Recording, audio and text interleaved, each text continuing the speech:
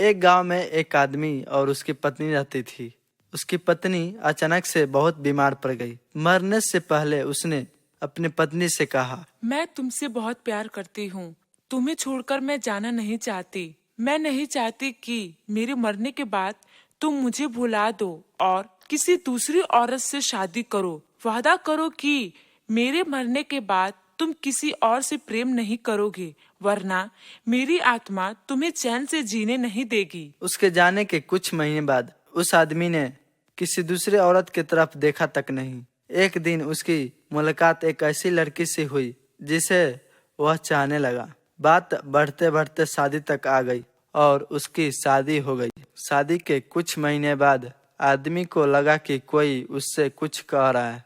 मुड़कर देखा तो उसकी पहली पत्नी की आत्मा थी। आत्मा बोली, तुमने अपना वादा तोड़ा है। अब मैं हर रोज तुम्हें परेशान करने आऊंगी। मैं तुम्हें चैन से जीने नहीं दूंगी।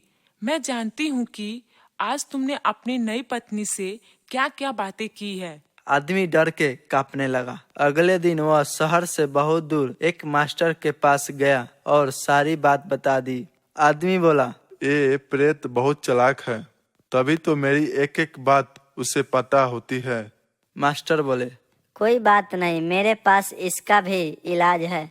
इस बार जब तुम्हारी पत्नी का भूत आए तो मैं जैसा कहता हूँ ठीक वैसा ही करना। उस रात जब आत्मा वापस आई तो आदमी बोला, तुम इतनी चालाक हो कि मैं तुमसे कुछ भी नहीं छिपा सकता, और जैसा कि तुम चाहती हो मैं अपनी पत्नी को छोड़ने के लिए भी तैयार हूँ, पर उसके लिए तुम्हें एक प्रश्न का उत्तर देना होगा, और अगर तुम उत्तर न दे पाई तो तुम्हें हमेशा हमेशा के लिए मेरा पीछा छोड़ना होगा। पत्नी का भूत बोला, मुझे मंजूर है, पूछो अपना प्रश्न। आदमी ने फौरन जमीन पर पड़े बहुत सारे छोटे छोटे कंकड़ अपनी मुट्ठी में भर लिया और बोला, बताओ मेरी मुट्ठी में कितने कंकर है। उसकी पत्नी के भूत जवाब नहीं दे पाई और ठीक उसी समय भूत गायब हो गई। कुछ हफ्ते बाद वो एक बार फिर से मास्टर के पास गया और आदमी बोला, उस भूत से मेरा पीछा छुड़ाने के लिए मैं जीवन भर आपका आभारी रहूंगा, पर मैं यह नहीं समझ पाया कि आखिर में उस प्रश्न में ऐसा क्या था कि एक झटके में ही भूत गायब हो गया। मास्टर बोले, बेटा, दरअसल कोई भूत ही नहीं था। दरअसल दूसरी शादी करने की वजह से तुम्हें अपराध बोझ महसूस हो रहा था और उसी वजह से तुम्हारा दिमाग तुम्हें भूत का अनुभव करा रहा था। आदमी बोला, पर ऐसा बात था तो मेरी हर एक बात कैसे जान जाती थी। मास्टर मुस्कुराते हुए बोले, वो तुम्हारा बनाया हुआ ही भूत था, इसीलिए जो तुम जानते थे वही वो भी जानता था, और यही कारण था कि मैं तुम्हें कंकड़ वाला प्रश्न पूछने को कहा, क्योंकि मैं जानता था कि इसका उत्तर तुम्हें भी नहीं पता होगा और इसीलिए भूत भी इसका उत्तर नहीं दे पाएगा और तुम्हें तुम्हारे दिमाग के ही उपाय से छुटकारा मिल जाएगा। आदमी पूरी बात समझ चुका था और उसने एक बार फिर मास्टर को धन्यवाद किया और अपने घर लौट। एक गांव में एक बूढ़ी दादी रहती थी। उनकी 2 पोतियां थीं। दादी माँ ने अपने दोनों पोतियों को पाल पोस के बड़ा किया था। दादी माँ दूसरों के घरों में काम किया करती और उन्हीं पैसों से अपने दोनों पोतियों का पालन पोषण करती। उसकी दोनों पोतियां बहुत होनहार थीं और इसका फायदा दादी माँ उठाना चाहती थी। एक दिन सुबह दादी माँ अपने दोनों पोतियों से कहती हैं कि अरे मेरी प्यारी पोतियों, उठ जाओ, सुबह हो गई है। एक पोती बोलती है कि दादी सोने दीजिए ना। दादी बोलती हैं, बेटा उठ जाओ, आज आप लोग को काम ढूंढने जाना था ना। पोती बोलती है, नहीं नहीं दादी जी, आज मन नहीं कर रहा, कल चले जाएंगे, आज बस सोने दीजिए ना। दादी यह सुनकर अपने दोनों पोतियों को डांटे बगैर वहाँ से अपने कमरे में चली जाती हैं। कुछ समय बाद दादी आवाज देते हुए अपने पोतियों से कहती हैं कि बच्चों, मैंने खाना बना दिया है और तुम दोनों उठ जाओगे तो समय से खाना खा लेना। पोती बोलती हैं, ठीक है दादी। दादी माँ अपने मालकिन के घर चली जाती हैं और अपने मालकिन से बात करती हैं। मालकिन बोलती हैं कि अरे आज तुम इतना लेट कैसे हो गई? दादी माँ बोलती हैं।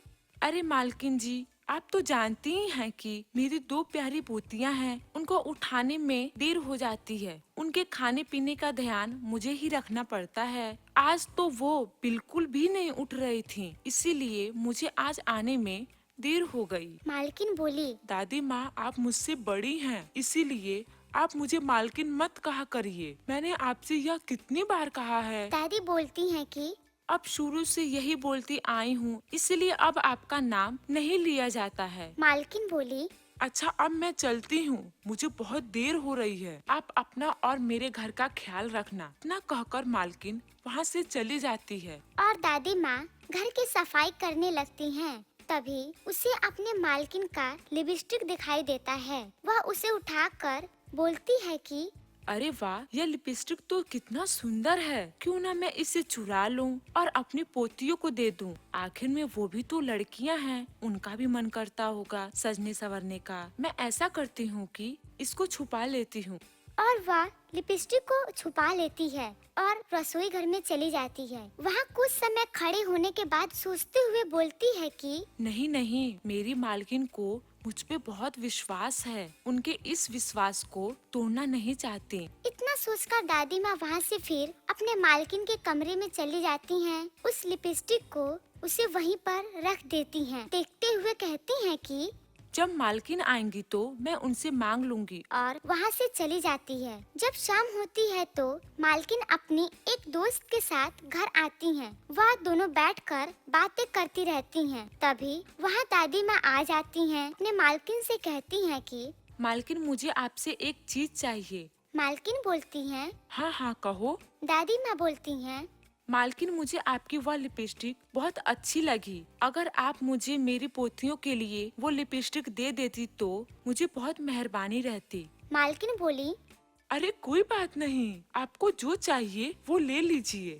तभी वह अपने मालकिन का लिपस्टिक उठा लेती है और वहाँ से चली जाती है। जिसके बाद मालकिन की दोस्त बोलती है, यार, ये कैसी नौकरानी पाल कर रखी है तू? एक नंबर की लालची है। मालकिन बोली। अरे नहीं नहीं, ये बहुत अच्छी हैं। ये तो मेरे पास 10 सालों से काम कर रही हैं और इनकी नियत मेरे घर को लेकर कभी भी खराब नहीं हुई है। सहेली बोली। अरे वाह, तब तो ये बड़ी ईमानदार हैं। तो फिर ये बूढ़े होने के बाद भी काम क्यों कर रही हैं?